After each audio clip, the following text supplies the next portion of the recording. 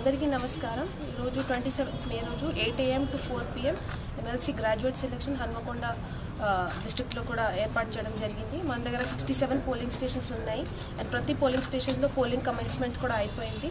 So all గ్రాడ్యుయేట్స్లకు request that మీరు definitely vote utilise చేయండి. ఈరోజు ప్రతి పోలింగ్ స్టేషన్లో హీట్ కండిషన్స్ బట్టి proper facilities, drinking water, shade nets అన్ని కూడా అరేంజ్ చేయడం జరిగింది. గత లోక్సభ ఎలక్షన్ ఈసారి కూడా 5% ఇంక్రీజ్ చూసాము ఇన్ పోలింగ్ పర్సంటేజ్. సో మనం మళ్ళీ అందరికీ రిక్వెస్ట్ చేద్దాం, డెఫినెట్లీ ఓట్ వేయండి. Thank you. గతంతో పోల్చుకుంటే ఈసారి MLC గ్రాడ్యుయేట్స్ చూస్తే ఇది డినోవో ఎన్రోల్మెంట్ ఉంటుంది, అంటే ఫ్రెష్ నుంచి ఎలక్టోరల్ రోల్ స్టార్ట్ చేస్తున్నారు.